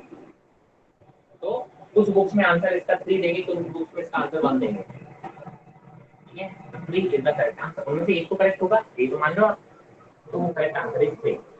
ठीक है, तो हमेशा क्या ध्यान रखो, साइंटिफिक नोटेशन। आप साइंटिफिक नोटेशन में लिखने का मतलब क्या होता है, कोई भी वैल्यू को आप ऐसे डेसिमल में डिवाइड कर देते हो। डेसिमल से पहले केवल एक डिजिट होगा, 1 से लेकर 9 तक का, 0 नहीं हो सकता, वो ध्यान रखना। और बाकी सारी चीजें डेसिमल के बाद होगी, और डेसिमल जैसे शिफ्ट करते हो तो उस हिसाब से यहाँ पे पावर 10 लग जाता है। देखो ये 200 लिखा था, मैंने यहाँ से 2 के बाद डेसिमल लगाया तो मैंने 10 की पावर 2 लगा दिया। अब आप खूब यूनिट कन्वर्जन करते रहो, कोई फर्क नहीं पड़ेगा सिग्निफिकेंट फिगर्स में। यही सबसे बड़ा रूल है सिग्निफिकेंट फिगर्स का, कि यूनिट चेंज हो जाने से मेरी नंबर ऑफ सिग्निफिकेंट फिगर्स में कोई चेंज नहीं आना चाहिए। Any doubt in this? हाँ भाई, कोई कोई डाउट बोलना चाह रहा है?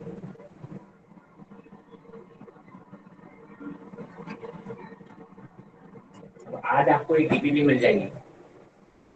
ठीक है, डीपीपी मतलब डेली प्रैक्टिस प्रॉब्लम। आपको ऑनलाइन डेली अपनी साइट्स एप्लीकेशन चेक करते रहना है। अरे क्वेश्चन ही तो कराया बेटा, ये क्या है, ये क्वेश्चन ही तो है। एक क्वेश्चन क्या होता है, ये क्वेश्चन ही तो है। आप बोलोगे 200 में कितने सेंटीमीटर फिगर है, 200 सेंटीमीटर में, मैंने आपको आंसर दिया 3। ठीक है, बाकी कुछ प्रैक्टिस करोगे नहीं, क्वेश्चन सुनेंगे, आपको डीपीपी मिलेगी, डीपीपी में क्वेश्चन होंगे, तब आप करो, उलझो, तब पूछेंगे तो मजा आएगा। मैं मान एग्जाम्पल करता हूँ तो क्या मजा आएगा। ठीक है, तो आज या कल सुबह तक आपको एक डीपीपी मिल जाएगी फिजिक्स की, that you have to solve on a daily basis. अगर आज मिल जाएगी तो कल डिस्कस होगी, कल मिल जाएगी तो अगली क्लास में डिस्कस होगी, इस चीज को ध्यान रखेंगे।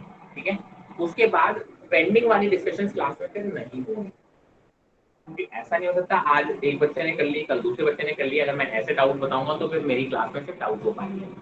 मेक श्योर अगर आज डीपीपी मिल गई है तो आप कल वो डीपीपी सॉल्व करके लाएंगे। ठीक है, डाउट पूछने का तरीका मैं आपको बता चुका हूँ, आपके पास सोल्यूशन होना चाहिए। मैं आपसे पूछूंगा बता ये स्टेप पे ये क्या किया था, मैं आपको आंसर कैसे बताऊंगा। आप सोचोगे मैं सॉल्व कर दूंगा। हाँ, कुछ क्वेश्चन मुझे लगता है कि आपसे बिल्कुल नहीं बने होंगे या मैक्सिमम जनता से नहीं बने होंगे, वो मैं डिसाइड करता हूँ, वो मैं आपको सॉल्व करा दूंगा।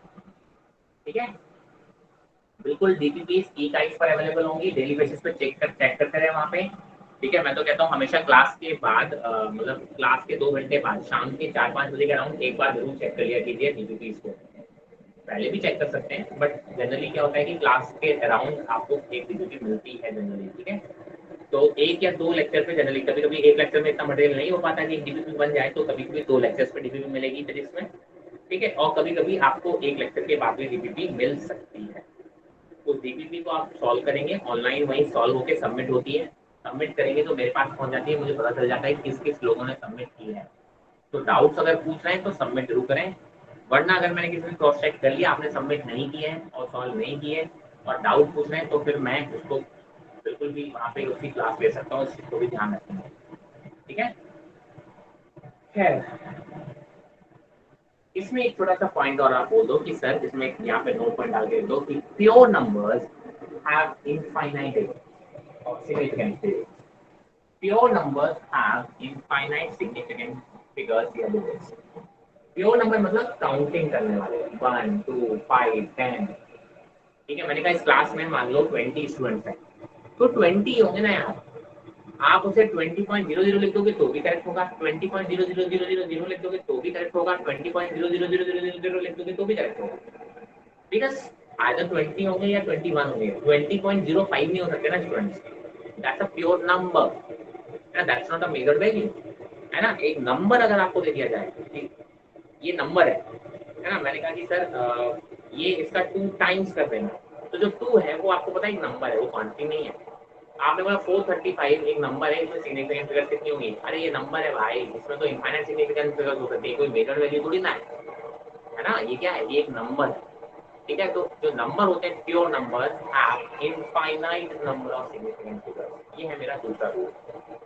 ठीक है, तो ये तो बात होगी सिग्निफिकेंट फाइंड आउट करने के रूल्स। अब आप 2 यूनिट्स को जब भी 2 मेजर्ड वैल्यूज को आपस में कंबाइन करोगे, ऐड करोगे, सब्ट्रैक्ट करोगे, मल्टीप्लाई करोगे, डिवाइड करोगे, तो आपके रिजल्ट में कितने सिग्निफिकेंट फिगर्स होने चाहिए, इसके भी 2 रूल्स हैं। ठीक है, इसका सिंपल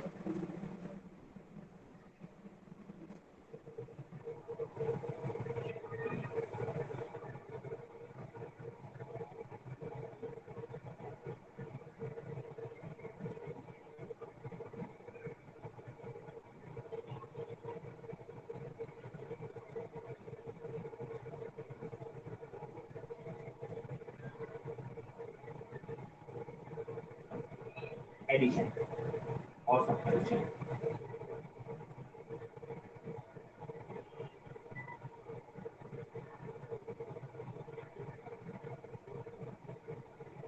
अगर आप कोई 2 नंबर को, इसमें रूल लिख लीजिए आपके मन में, जब भी आप 2 मेजर्ड वैल्यूज को ऐड कर रहे हो या सब्ट्रैक्ट कर रहे हो, मैंने कहा फॉर एग्जांपल मेरे पास 2 मेजर्ड वैल्यूज हैं, 5.45 सेंटीमीटर, 12.01 सेंटीमीटर। ये 2 क्वांटिटी हैं, इनको मुझे ऐड करना है। इसमें जो सिग्निफिकेंट फिगर्स है नंबर कितने हैं? 3। एक काम करो, इसमें केवल 1 10.1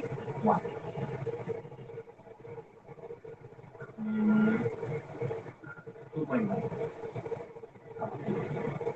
इसमें जो नंबर ऑफ सिग्निफिकेंट फिगर्स है वो कितने हैं? 3 है, और इसमें नंबर ऑफ सिग्निफिकेंट फिगर्स कितने हैं? 2 है। वही साइंटिफिक नोटेशन में कन्वर्ट करोगे आपको होगा। मैंने कहा जब रिजल्ट लिखोगे आपका रिजल्ट आएगा, और इजी कर लो 5.43 कर लो, इसका जो आप ऐड करोगे रिजल्ट आएगा 3.415.753 सेंटीमीटर। ये आपका रिजल्ट आएगा। अब ध्यान रखना, एडिशन और सब्ट्रैक्शन का जो रिजल्ट आएगा उसमें हम आंसर लिखते टाइम इस चीज का ध्यान रखेंगे कि हमारे आंसर में उतने ही डेसिमल प्लेसेस होने चाहिए जितने की जो ये ऐड या सब्ट्रैक्ट हो रहे हैं उनमें सबसे कम डेसिमल वाले के पास है। मैंने कहा इसके पास 2 डेसिमल प्लेस है, इसके पास 1 डेसिमल प्लेस है, तो मेरा आंसर भी केवल 1 डेसिमल प्लेस तक ही होना चाहिए। तो my answer, correct answer in this case will be 7.5 centimetre. ठीक है, अब आपको देखें कि सर ऐसे जो क्वेश्चंस आते हैं कई बार, इनफैक्ट मैंने जब एग्जाम किया था तो मेरे को भी ऐसे ही क्वेश्चन मिला, बहुत सिंपल सा था, स्पीड निकाली थी, डिस्टेंस दे रखा था, टाइम दे रखा था। मैंने कहा यार wow, it's such a nice simple question. मैंने बड़ा जल्दी से कैलकुलेशन किया और आंसर लेके आ गया। अब मैंने चारों ऑप्शन देखे, मेरे पास ऑप्शन कैसे थे, 7.53, 7.532, 7.5, ठीक है, समथिंग ऐसे चारों ऑप्शन थे और चारों ही ऑप्शन मुझे करेक्ट दिख रहे हैं। चारों ही ऑप्शन कैसे दिख रहे हैं मुझे, करेक्ट दिख रहे हैं, क्योंकि भाई 7.53 भी करेक्ट दिखता है, 7.532 आया आंसर मान लो मेरा, तो 7.53 भी करेक्ट है, 7.5 भी करेक्ट है, 7.52 भी करेक्ट है। तो उसमें आपको ध्यान रखना चाहिए कि सर जब भी आंसर देना होता है तो आपको सिग्निफिकेंट फिगर्स के अकॉर्डिंग देना होता है। तो this will not be the correct answer in that case, this is your correct answer, ठीक है। तो इसमें रूल लिख लो कि इन द एडिशन और सब्ट्रैक्शन आपके फाइनल रिजल्ट में least number of decimal places होने चाहिए जो कि आपके ऐड और सब्ट्रैक्ट वाले में है। इसके पास 2 है, इसके पास 1 है, तो आपके आंसर में भी करेक्ट केवल एक ही डेसिमल प्लेस होना चाहिए, least decimal place in case of addition and subtraction.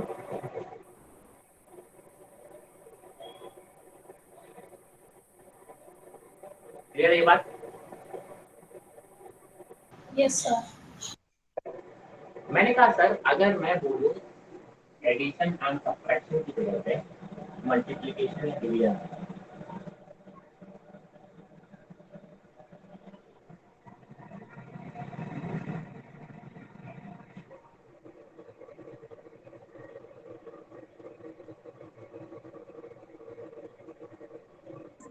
Sir आपने एडिशन और सब्सट्रैक्शन में जो लास्ट में समझाया, एक बार दोबारा समझा देंगे? मतलब लास्ट में क्या चीज, सर एडिशन नहीं उसमें क्या चीज नहीं एडिशन कौन सा है? सब्सट्रैक्शन आपने कुछ लास्ट में बताया। मैं आपको बता दूं, लेकिन लास्ट में कौन सी चीज आप समझना चाहते हो, मुझे लास्ट मैंने क्या बोला मुझे भी याद नहीं। आपको क्या चीज नहीं समझना है वो मुझसे पूछ सकते हो, मैं आपको एक्सप्लेन कर देता हूँ। सर आपने बोला कि 4 ऑप्शंस दिए होंगे, मान लीजिए 7.53, 7.5। मुझे करेक्ट आंसर वो चूज करना है, ठीक है, मुझे करेक्ट आंसर वो चूज करना है जिसमें मेरे डेसिमल जो सबसे, देखो जैसे मेरे पास ये 2 है ना, तो आपके जो ऐड करने वाले जो 3, 4, 5 जितनी वैल्यूज ऐड करनी है उनमें सबसे लीस्ट नंबर ऑफ डेसिमल जिसके पास है, मेरे आंसर में भी उतने ही डेसिमल प्लेस तक आंसर होना चाहिए, ठीक है। Okay sir. यहाँ पे इसके पास 3 डेसिमल प्लेस है, इसके पास 1 डेसिमल प्लेस, सॉरी इसके पास 2 डेसिमल प्लेस है, इसके पास 1 डेसिमल प्लेस है, तो मेरे करेक्ट आंसर में भी डेसिमल प्लेस केवल 1 रहेगा। हाँ ठीक है, थैंक यू सर। ओके चलिए, मैंने कहा सर कि अगर आप मल्टीप्लाई कर रहे हो ये डिवाइड कर रहे हो, अब 2 क्वांटिटीज है, मैंने कहा दूसरी को ले लेते हैं,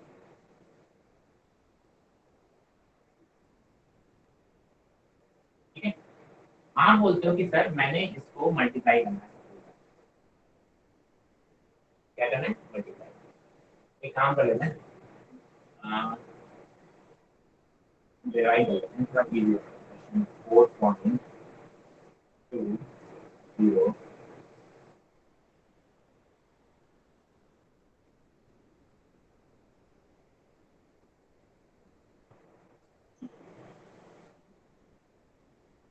हाँ भाई, और कोई भी करें 420 का देखें, 20 सेंटीमीटर और 2.5 सेंटीमीटर और इसको डिवाइड करें,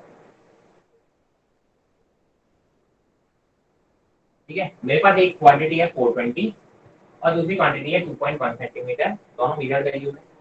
मेरे को रिजल्ट देते टाइम कोई भी एक्स वाई जेड कुछ भी निकालना है तो वो इन दोनों के डिवीजन से आंसर आ रहा होगा। अब इसमें आप अगर सिग्निफिकेंट फिगर निकालोगे तो आएंगे 3, इसमें अगर आप सिग्निफिकेंट फिगर निकालोगे तो आएंगे 2। मैथड आपको बता चुका हूँ। मैंने जब डिवाइड करोगे तो जरा देखो आंसर कितना आ रहा है, 2.1 से जब इसको डिवाइड करोगे तो आंसर आएगा 2 0 0, यही आएगा। आपका आंसर कितना है, 2 0 0। आप बोलते हो कि और कुछ आएगा, बोलिए बोलिए, क्या और कुछ आंसर आ सकता है? आप चाहोगे तो कुछ डेसिमल में और लिखना चाहो, कुछ लोग करना चाहें तो कर सकते हैं, मैंने और डेसिमल लगा दिया एक और, इसमें भी कोई दो राय नहीं।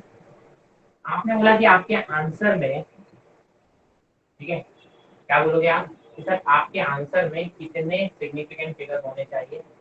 मैंने कहा सर इस केस में हमेशा ध्यान रखो, इस केस में जब भी मल्टीप्लाई या डिवाइड करोगे, मल्टीप्लाई या डिवाइड करते टाइम आपको ये नहीं देखना है कि सर उसमें डेसिमल किसके पास है कितने, आपको मल्टीप्लाई या डिवाइड करते टाइम आपको आंसर कितना देना है, उसमें लीस्ट सिग्निफिकेंट फिगर वाला देना है। इसके पास सिग्निफिकेंट फिगर कितने हैं? 420, इसके पास सॉरी 3, इसके पास कितने हैं? 1। ठीक है, अगर आप बोलते हो कि सर इसके पास 3 है और इसके पास 2 सिग्निफिकेंट फिगर हैं, तो आपको आंसर कितने देना है? सिर्फ 2 सिग्निफिकेंट फिगर तक देना है। ठीक है, आपको आंसर कितने तक देना है? सिर्फ और सिर्फ 2 सिग्निफिकेंट फिगर तक देना है। ठीक है, तो एडिशन या सब्ट्रैक्शन में हमें आंसर कैसे देना है कि sir my answer should contain that decimal number of places, जितना कि मेरे पास एडिशन सब्ट्रैक्शन होने वालों में से लीस्ट नंबर ऑफ डेसिमल जिसके पास होंगे उतना। बट प्रोडक्ट और डिवीजन में आपको आंसर डेसिमल नहीं देखना है, सिग्निफिकेंट फिगर देखना है, और जिसके पास लीस्ट सिग्निफिकेंट फिगर होगा उतनी सिग्निफिकेंट फिगर तक ही आपको आंसर देना है। ठीक है, तो जो भी आपके जैसे भी आएगा आप उस तरीके से आंसर दे पाएंगे। Any problem in this? Addition subtraction का रूल क्लियर है, मल्टीपल और डिवीजन का रूल क्लियर है। अब प्रॉब्लम आएगी कि सर मेरे पास मान लो यही आंसर, कोई भी एग्जांपल ले लो, जैसे पिछले में आया था 7.53, मुझे आंसर देना था 7.5 तक, केवल एक ही डेसिमल तक देखना है। तो ऐसा थोड़ी ना होता है कि वाले को उड़ा दो एकदम से, इसको हम बोलते हैं राउंड ऑफ करना। क्या बोलते हैं इसको? राउंड ऑफ करना। तो राउंड ऑफ के कुछ रूल्स हैं, उसको आपको फॉलो करना पड़ेगा। 3 छोटे छोटे रूल्स हैं, बहुत बेसिक से, आपको सबको आते होंगे। मैंने कहा सर अगर जो डेसिमल आपको यहाँ से हटाना है, ये वाली क्वांटिटी आपको हटाना है, अगर ये 5 से बड़ी है, 5 से अगर ये बड़ी है तो इससे पहले वाली क्वांटिटी में आप +1 कर दोगे। पहला rule, the number that has to be eliminated is more than 5, then the previous number will be, आप बोलोगे जो उसका प्रीसीडिंग नंबर होगा उसको आप इंक्रीज कर दोगे बाय 1। पहला रूल समझ में आया? The number which has to be eliminated is greater than 5, then the preceding number has to be increased by 1. Okay, मैंने कहा अगर ये नंबर रिमूव करने वाला 5 से छोटा है, जो कि इस केस में है 3 is less than 5, तो आप उससे प्रीसीडिंग नंबर में कोई चेंज नहीं करोगे। यानी इसलिए मैंने आंसर 7.5 लिखा था। अगर यही 7.56 होता तो मैं आंसर 7.6 लिखता। Because this number which has to be eliminated is greater than 5, then rounding off में मुझे प्रीवियस नंबर में +1 करना पड़ेगा। ये दूसरा रूल होगा। तीसरा रूल, 5 से छोटा है तो ये रूल, 5 से बड़ा है तो ये रूल, और अगर 5 ही है तो अगर मुझे नंबर जो एलिमिनेट करना है दैट इज 5, देन हमें आंसर में लास्ट डिजिट इवन रखनी है। What does it mean? अगर इससे पहले वाली डिजिट इवन नहीं है, यानी ऑड है, अगर ऑड है तो आप करोगे कि सर इसको इवन करने के लिए +1 करना पड़ेगा। My answer will be 7.4। ठीक है, अगर आप बोलोगे ये 7.45 होता और इसको एलिमिनेट करना होता, आप बोलते ये ऑलरेडी इवन है, तो आप इसको आंसर रखोगे 7.4। 3 रूल्स, 5 से छोटा एलिमिनेट करने वाला तो आप पहले वाले डिजिट में कोई फर्क नहीं आएगा। अगर ये 5 से बड़ा है पहले वाला तो आप बोलोगे उससे पहले वाले में +1 कर देना है। अगर आपका एलिमिनेट करने वाला 5 ही है तो आप बोलोगे उससे पहले वाले डिजिट को इवन कर देना। अगर वो इवन है तो उसको एज इट छोड़ देना है, और अगर वो इवन नहीं है तो उसको +1 कर देना है। तीनों रूल्स अपने लैंग्वेज में लिखो भाई। मैंने आपको जो बताया ऐसे लिख लो जैसे मैंने बोला। If number two be eliminated, या जो नंबर मुझे रिमूव करना है वो 5 से बड़ा है तो ये करना है, 5 से छोटा है तो ये करना है, और अगर 5 है तो एग्जैक्टली ये करना है। Is it clear? किसी भी तरीके कोई डाउट? सर एडिशन और सब्ट्रैक्शन, सॉरी, क्या बोलना चाह रहे हो? आपकी आवाज नहीं आ रही है।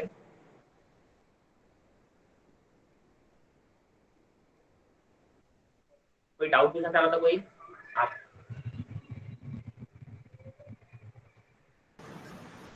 सर अब आ रही है? हाँ अब आ रही है, बोलिए।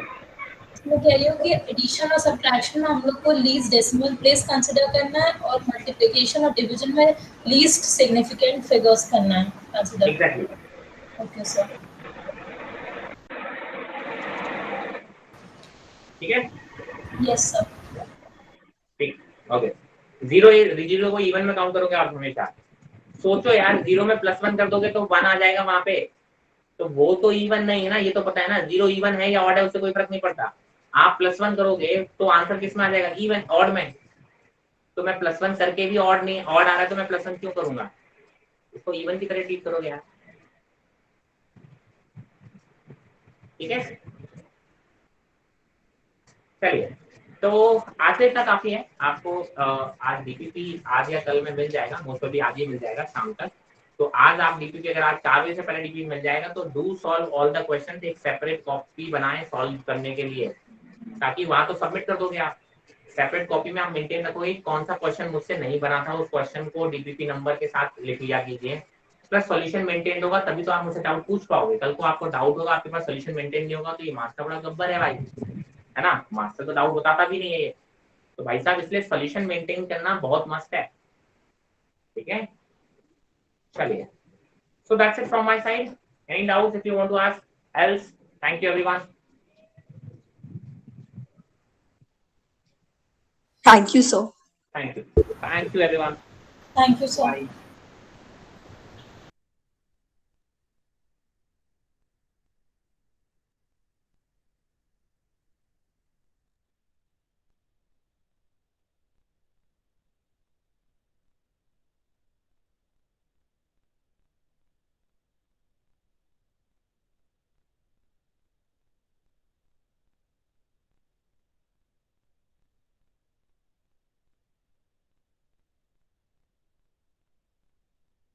Bye. Bye, everybody.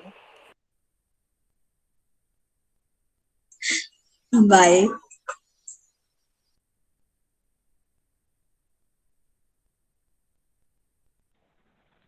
Bye.